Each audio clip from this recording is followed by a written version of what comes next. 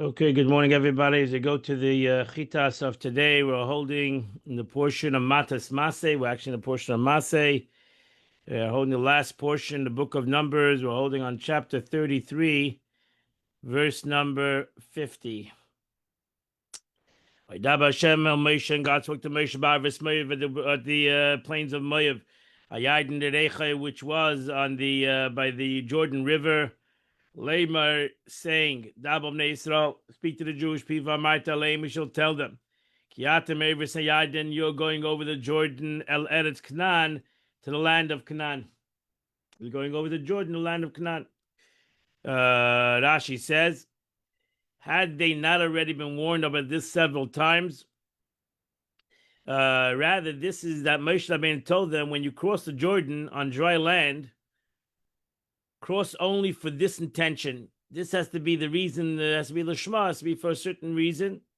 But if not, the waters will not come to wash. Will come to wash away. We know that the miracle happened. The Jordan split, and so therefore you have to go only for this reason. And that's why we also find later in Joshua in the book of Tanakh, where Yeshua tells them while they're still even in the Jordan, that they should have only in mind this reason. The reason is you have to drive out everybody from the land. You have to destroy all the temples, and all the molten idols you have to get rid of. You have to demolish all the platforms. You have to get rid of everything. Now she said, you have to drive them out. Maskisam. Onkelos says, based on the geis of their shines. They also called this because they would cover the ground with marble stone floor in order to prostrate themselves upon them, to outstretch their hand and feet. And that's why it's called Even Maskis. It's called a stone that where they would lay down on. Maschesam, Rashi says, they're metal images. Verse 53, you have to clear out the land, you have to inherit the land, you have to live in it. Because I'm giving it to you, the land, to possess it.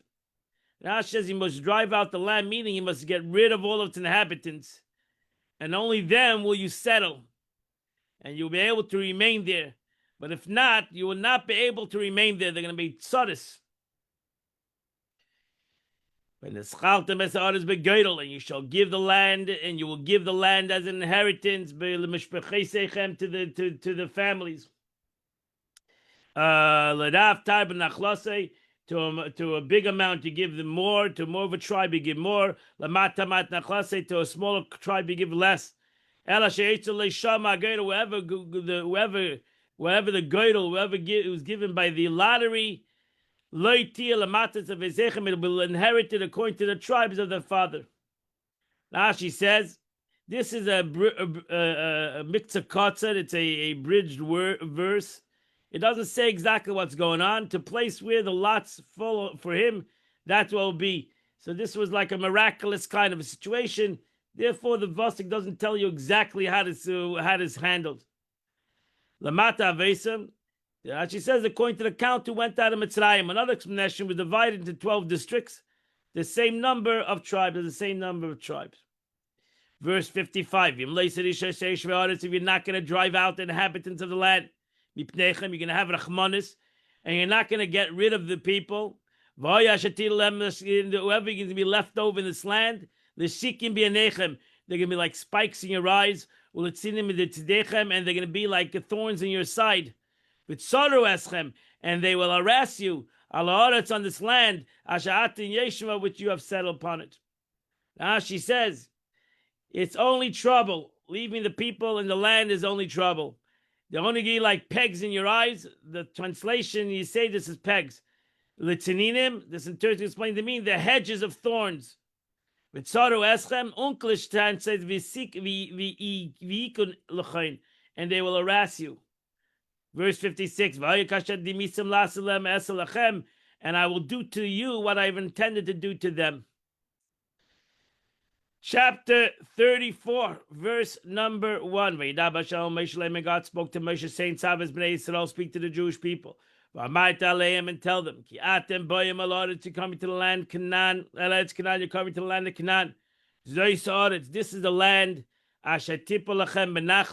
This is the land that is going to fall to you as an inheritance. Eretz Canaan l'gvulaseh, the land of Canaan to its boundaries. Now she says, since many commandments apply inside the land and not outside the land of Israel, it's necessary to write the limits of the surrounding boundaries on all sides. To tell you that the commandments apply when the Torah talks about the laws of that's connected to Eretz Yisrael, it's connected to specifically Eretz Yisrael, and these are the boundaries of Eretz Yisrael. Tipa lachem nashe, because they divided a lot. The division is called Nephila, so they fell upon you. Agada, but if you look at the Agada, it says, it's also described because the Holy One, blessed be He, cast the guardian angel of the 7 nations down from the heaven and bound them before Moshe Rabbeinu. In essence, he told Moshe Rabbeinu, I'm bounding the entire world. It's all in your hands. Saying, see, they have no strength. I've given all the powers of the nations that they're basically in your hands. And your southernmost side will be the desert of Tzin. I keep on forgetting. I always want to get a map exactly to show this, because it's not so clear. If you don't have, you can't see this, because it's the Eretz Yisrael, the boundaries that Rashi is going to say is like a little zigzag a little bit, so it's not like a straight boundary. So the southern side of the border will be negative. Will go Mitzvah Yam HaMelech Kedva. The southernmost edge is the Yam HaMelech, the Sea of Salt. Now it says Ruach Droimis. This is the southern side extended to the east side. Midbar Tzin, the desert of Tzin, which is next to the land of Edom. It begins in the southeast corner of the land of the 9 tribes. How so? 3 lands are situated south of the land of Israel, one next to the other. Part of Egypt, all of Edom, and all of Moav. So we know Egypt. That we know is Egypt is the southern end of Eilat. Eilat actually happens not to be part of this boundaries of Eretz Yisrael, but so southern of that is Egypt. So Egypt is the southwest corner, as it says in the passage, an Atzmon to the streams of Egypt, and it ends will be the sea, because the Mediterranean. And the stream of Egypt flows along the entire edge of the land of Egypt, as it says, from Shinar, that flows along the face of Egypt, separating Egypt from the land of Israel. Edom is next to Egypt, to the east, and Moav is next to Edom at the eastern end of the southern border. When Jews left Egypt, had the God who wanted them to hurry the entry, he would have gone straight across the Nile at the north end, and they would directly enter the land of Israel. Could have gone straight through Egypt. But he did not want to do so. And that's what the Torah says. God did not lead them to Gaza. That would be the best connection. As we all know, the Rafah crossing goes right into Egypt. God didn't lead them through Gaza, through Philistine. For the dwelling of the east, the sea, the west of Canaan. As it says regarding the Philistines, the inhabitants of the sea coast, the nation of the Carites. God did not lead them that way, but led them around and took them to the southern route, to the desert. This is what Yechezkel called the desert of nation, because there are none of the nations. There's Mitzrayim, Edom, Moav. So there's a couple of nations that lived at the southeast and west of the country. This continually traveled along the south, from the west to the east, until you arrived the south of Edom. Then they asked the kings of Edom to allow them to enter the land, traverse with the width of the land of Israel, but he did not agree. And thus they had to circle the entire south of Edom until they arrived to the south of Moav. As it says, he also sent messengers to the king of Moav, but he didn't either want to let them by. They then went entire south of Moav until the far end, And from there they entered the northward until they passed along the entire eastern boundary. So that's how they came to Yericho. At the end of the eastern side, they reached the land of Sichon and Og, dwelling in the east of Canaan. So they could have come in total southwest. They should have gone in southwest. They ultimately went in to closer to northeast. And Jordan River and that's where you come to the Jordan River, separating between them. This is the meaning. What it says in Yiftach, they traveled through the desert by passing Edom, Moav on the south, and they traveled to the east of Moav. They conquered the lands of Sichon and Og, which was the north of Moav, and they approached the Jordan River, which is adjacent to the northwest corner of Moav. Thus, Canaan, being the western side of the Jordan River, had the southeast corner next to Edom.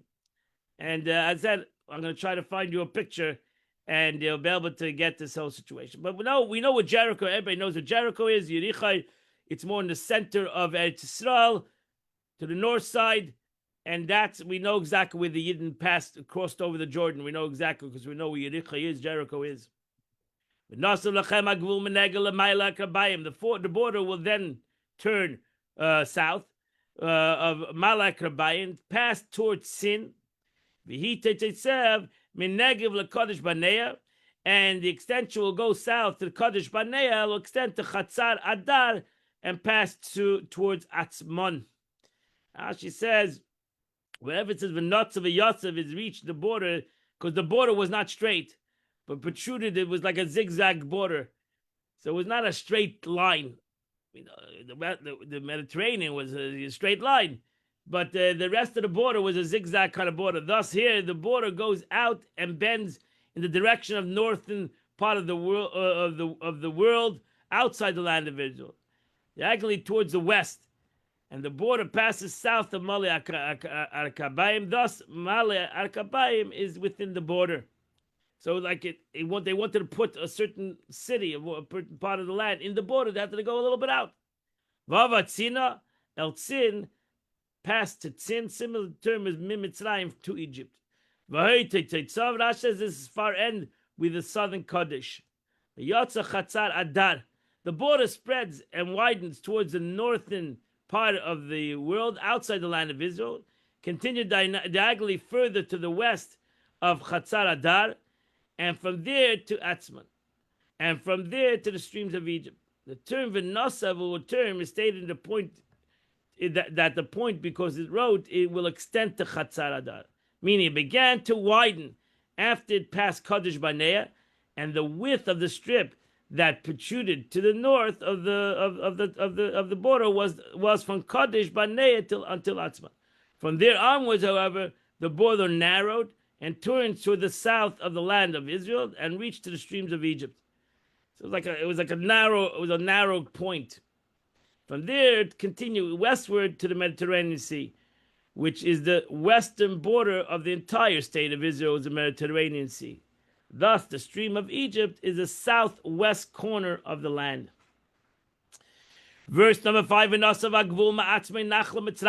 and the border will then turn from Atzmon, which is the southern side, to continue to the stream of Egypt, and will end by the sea. Now she says to the western boundary from the southern border does not extend any further west from there. And the western border is the Great Sea, the Mediterranean Sea, called the Great Sea. This will be the western border, is the sea. Now she says, and the western boundary will be the Great Sea as the boundary. This teaches us that the islands in the sea are also part of the border. And they are the isles, which is called Isles in French. So the isles, if there are any islands in the Mediterranean, are part of the border. And this is the northern border. From the Mediterranean to Seir Lechem Hod Har, you should go to Hod Har, the northern boundary. From the Great Sea, draw a slanting line to Mount Hor, which is the northwest corner, and its top slopes down into the sea. and some of the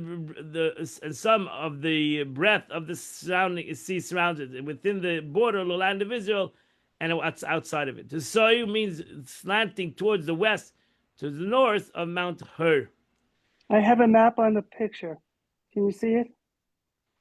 If you can send it to me by WhatsApp, I will. No, it's right now. If you look at my picture, I know, but I reversed it. I cannot share your picture, so. Oh, because we did it before when I showed you. Take a picture and send it to me in the WhatsApp, and I'll be able to. You got it. Okay, bye. Sure. Or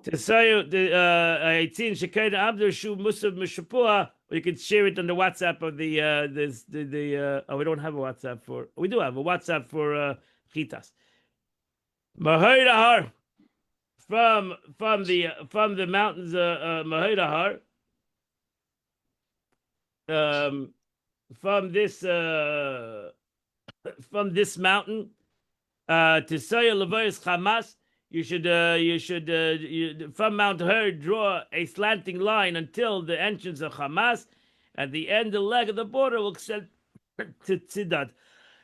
Tzidada. Rashi says, Mahodahar, return and go along the northern boundary eastwards, and you'll come to the entrance of Hamas, which is Antuchia. Rashi, next Rashi, to Toisagvul, the ends of the border. Every place that says to Toisagvul, it means either the boundary completely ends there and continues no further at all, or that it spreads and widens, projecting outwards to continue diagonally. To continue diagonally wider than the original width. And relative to original width, dimension is called Teitzas. Yatzagul Tzarfaina, and then the border will extend to Tzifrain. V'hayi Teitzas Chatzareinan, and the Chatzareina will be the northern border. Now she says this is the end of the northern border, and thus Chatzarein was the northeast corner. And from there you'll draw a line, slanting line from the eastern boundary. And then you should go to the eastern border. The eastern border from Chatzar Ayin Shafam, from Chatzar Ayin to Shafam. Now she says Lashon Esiba Matia, that this donates sloping and inclining. Shafma, she says Mechatzar Mizbrachi Umisham Harabela, from the eastern border to Rivlin. Verse number 11. V'yaragvul Mishafan Harabela Mekedem La'oyin. And then the border will descend from Shafam towards Rivla, to the east of Ayin. Machal Ketav Yam Kinneret Kedma. And then the border will descend and hit the eastern shores of Lake Kinneret. Now she says that the Ayin is the name of a place, and the boundary runs to the east. Thus, Ayin is inside the boundary as part of the land of Israel. Yaragvul, as long as the border runs from the north to the south, its term is going down, because it's going from the north to towards Mitzrayim. Umachal Ketev hits the shoulder, that means to the north. Yamikineret, so that the lake of Kinneret is within the border to the west, and the border is to the east of the lake of Kinneret. And from there, it descends to the Jordan River. The Jordan River flows down from the north to the south, diagonally, inclining into the east of the land of Israel, as it approaches Canaan, facing Lake of Kinneret, continuing southwards on the eastern side of the land of Israel. You can see that today, opposite Lake Kinneret, until it pours ultimately in from the Kinneret. It goes to the Jordan River, and it ultimately pours into the Yam HaMelech, the sea, the Red Dead Sea, the Sea of Salt. From there, the border completes its limits of the Sea. From there, the boundary begins in the southern eastern corner. Thus, the borders encircles the land of all sides. And the Gvul, to go down to the Jordan, at the end will be the salt of sea. This is the land according to its borders.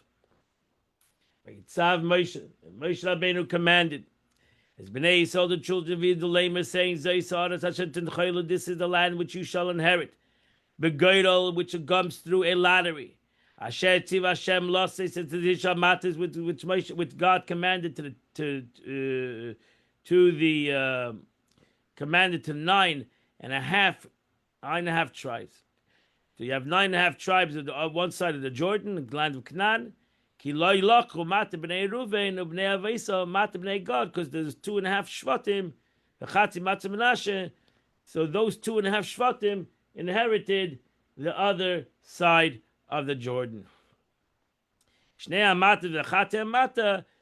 2.5 tribes took their inheritance on the east side of the Jordan. Mizracha, they all took the eastern side of the Jordan. Okay, Mizracha, Rashi says, to the front of the world, which is the east. For the eastern direction is called front, and the west is called back. Therefore, the south is considered to be to the right of the north, and the north is to the left. So that's why the Beis Hamikdash, also the entrance to the Beis Hamikdash took from east to west. So when you go to the western wall, you're standing in the back of the Beis Hamikdash, because the Beis Hamikdash went from east to west. So you know that everything is facing east, everything to the north is to the right, and everything to the south is to the west. And that completes the Chumash for today. We now go to the Tanya of the day. We begin the 11th chapter in Igeres HaTshuva, in the letter of the Alter Rebbe, which deals with repentance. We went through the Alter Rebbe, went through the concept of Tshuva Ilah and Tshuva Tata, the higher level of Tshuva and the lower level of Tshuva. The Alter Rebbe stated in the previous chapters that since the prayer is an expression of Tshuva Ilah, that the prayer also is part of the higher level of tshuva, the higher level of return. It must be preceded by the humility. That's what the Rebbe. You have to have the lower level of tshuva, which is humility and contrition of tshuva tata, the lower level of return. This is attained by a spiritual stock taking and by arousing a divine compassion upon one's soul. In keeping with what says in the Mishnah, one should embark on worship only by the earnest of frame of mind, by humility, which is explained in Rashi, humility. Hachna. Hachna means humility. And you need to start off your prayer with the concept of humility. At the same time, the Alter Rebbe continued, we're also taught that one should embark on worship but only with joy. So we have a contradiction. How do you do both? How do you do contrite of heart and joy? Sounds like a contradiction. So since nowadays, Alter Rebbe says most people are incapable of instantly turning from the hearts from an extreme to the other, to go from sadness to joy, it's very hard to do that. Once you get sad, it's hard to get joyful. The Alter Rebbe advised that at times of humble heart, the tshuva does advance tichatzos. The Alter Rebbe said the best thing is to do this hours before you come to daven, so that you do it at tichatzos, you do it at midnight. And you do Alter Rebbe at least once a week, Thursday night. So you go into Shabbos with Tshuva Ilah, and that's the time. So that midnight, Thursday night, tonight, stay up a whole night and do Tshuva, do the Tshuva Tata, and when tomorrow comes, you'll be able to go into prayer, especially when Shabbos comes. You'll be able to go into prayer with joy and happiness. At the present chapter, the Alter Rebbe goes on to say that difficulties notwithstanding, that even though this is a difficult process, I just gave you to go from sadness into joy. The Alter Rebbe said it's possible for the heart to simultaneously harbor two opposite emotions. That we could ultimately have two different emotions, the emotions of sadness and the emotion of joy at the same time. They really don't contradict because they're two different places, the two different reasons. The anguish of the soul, the tshuva tata, and the joy that immediately precedes it and accompanied by prayer. Now the Rebbe says If you think about it, you'll realize actually these two things, this sadness and joy, don't contradict each other. Of course, as the Alter Rebbe is going to explain it. And the truth is, we should learn from this what is true sadness and what is true joy. Because if sadness is affecting your joy, then it means not a good sadness. Sadness that doesn't affect your joy is a good sadness, as the Alter Rebbe is going to say, because it's coming for two different reasons, and they don't contradict each other. And actually, as the Alter Rebbe says, they actually help each other. So here's a great lesson that we're going to learn right now. Phenomenal lesson of the Alter Rebbe. This subject, to simultaneously harboring contrite humility in the heart. He bechinis tshuva tato, which is the state of tshuva tato, the lower level of tshuva. Kiniskalel, as explained above. V'gam asimcha, and also you should have joy in the service of God. Shteyim biyachad. Joy of God is necessary for the service of prayer together.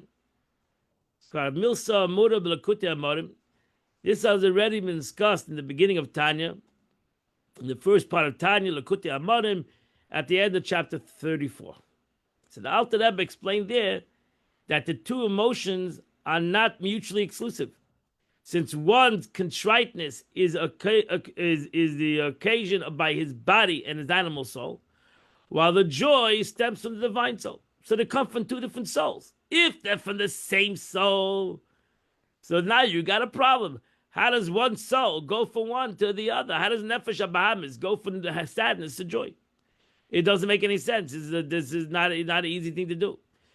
Alter Rebbe says we have two different reasons. They come from two different places. The sadness comes because of the animal soul. The happiness comes from the godly soul. So they're two different souls.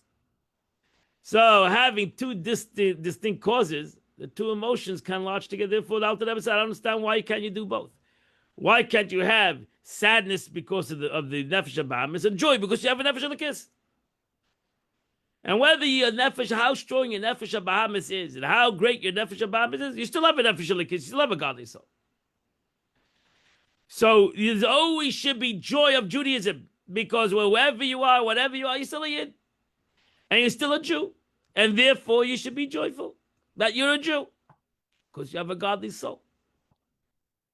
Alter Rebbe goes on to quote the Zohar in this effect. Moshe Goss, the Zohar HaKodesh, has brought on the Zohar.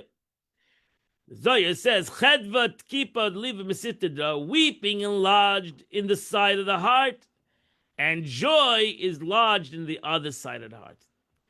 So the Alter Rebbe says, the Zohar openly says you can have two concepts at the same moment. Why? Because one comes from one purpose and the other comes from the other purpose, two different concepts. So weeping is lodged in the side of the heart of the animalistic soul, and joy is lodged in the side of the heart of the godly soul. Right? We said before that the Nefesh HaBahamis is in the left side, and the right side is the Nefesh HaLekis. This statement is made of Lezim and Shimon, hearing that his father's Kabbalistic insight into the destruction of the temple. He was at one and the same time heartbroken from this renewed recognition of the enormity of the destruction. But at the same moment, he was joyful in the introduction of the mysteries of the Torah. So here he was being told by his father about destruction, but at the same moment, he was very happy. That's why we find the story of Rabbi Akiva. In one hand, he was rending his clothes, the destruction. On the other hand, he was happy for the rebuilding, because each thing had its place. We see thus the Zohar that the two opposite emotions can coexist. They're not a contradiction when they result from two different causes. Now you take these two things and then you add in it the concept of faith and trust. That a person's heart is firm and he's certain in God. He has betachon, he has trust in God. And trust in God is certain in God. That's his trust in God. That I'm certain, 100% certain right now. Right? That's betachon. Betachon means I believe that right now it's the Eibishter is going to make it good. So I have bitach. I'm certain right now. Faith is that it can be bad right now, but it's going to be good. That's faith. Bitachon is I'm certain right now. Ki chafetz chesedu. Because the Eibishter, God, he delights in kindness. So God wants good right now. It's bad right now, but God wants good right now. And God is gracious and merciful. And he's an abundant of forgiveness. The Eibishter is going to forgive him right now. So I'm sad that I did a sin. I'm contrite and I'm a broken heart. I did a sin, but God's going to forgive me right now. So I can have both things. I'm sad of what I've done, and my nefesh habahamis, my animal soul, that could have brought me chas v'shalom, to this concept chas v'shalom, to do an aveda, to do a sin. And I'm happy as heck. I'm happy as it can be. Why? Because I know the Eibishter forgives me. I know God is forgiving, and the Eibishter is going to forgive me right now. Me'ita yisbar from God. Keroiv, as it's brought down the pasuk, Keroiv rachmecha mechei poshuai. In accordance to your abundance of compassion, erase my transgression. Kavseini tareini, cleanse me and purify me. V'cholam v'neisei mechei, and erase all my sins. And I believe that, and I not only believe it, I'm certain. Beli shum safek v'sfek sveika b'elam. Without any, the worshiper offers this supplication such as above, without any faint visage of doubt. I have bitachon right now that because of my tshuva, the Eibishter forgives me and cleanses me. So I'm happy. So at the same moment that I was sad, at the same moment I am happy. We make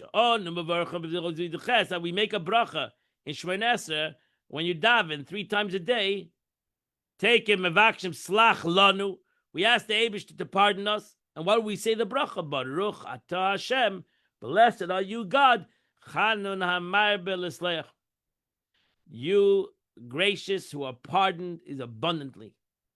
V'arei safek brachas lahakol. If you had a doubt that God pardoned you, if you have a doubt, then you're not allowed to say the bracha. Then you're not allowed to say this blessing. Because safek, there's a general rule that if you're in doubt, if you say the bracha or not, you're not allowed to say the bracha. You're saying you're not allowed to say God's name in doubt. So when a Jew says, yeah, you ask God, slach lanu ki chatanu, mechal lanu b'akedu ki fashanu, and we say, Baruch atah Hashem, chanun hamar b'lisleach, that means we have no doubt that God at this moment has wiped off the sin. As long as I said it with contrite heart, I had the contrite heart, I had the humility. That's the whole Shemona Esrei, the concept of humility. I came to God with total humility, with a broken heart.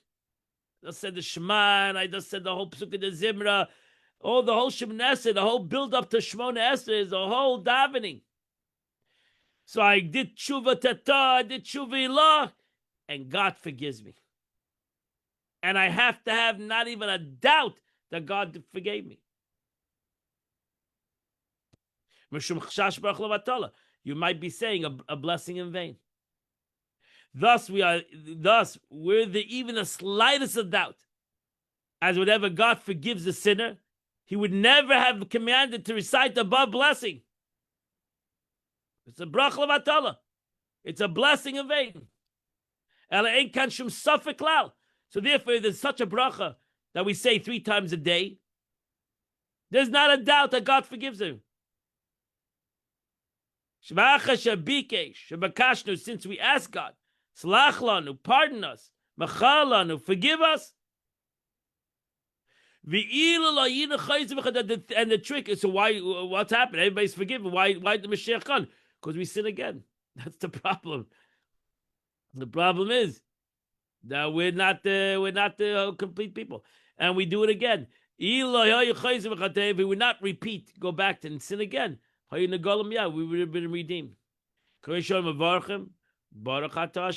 we say the bracha, Gal Yisrael. The Eibishter redeems us. Because we ask God forgiveness, God redeems us. So in the order, the blessing indicates forgiveness leads to redemption. After the bracha of Slach Lanu, we say the bracha of redemption. Because if all Jews, the Gemara says that the Eibishter forgives, that the Jewish people redeem through tshuva. So we do tshuva. The Eibishter forgives us. The Eibishter is ready to redeem us. But the problem is, we go back to sin. And that's why we ask 3 times a day. Slach lanu avinu ki chatanu.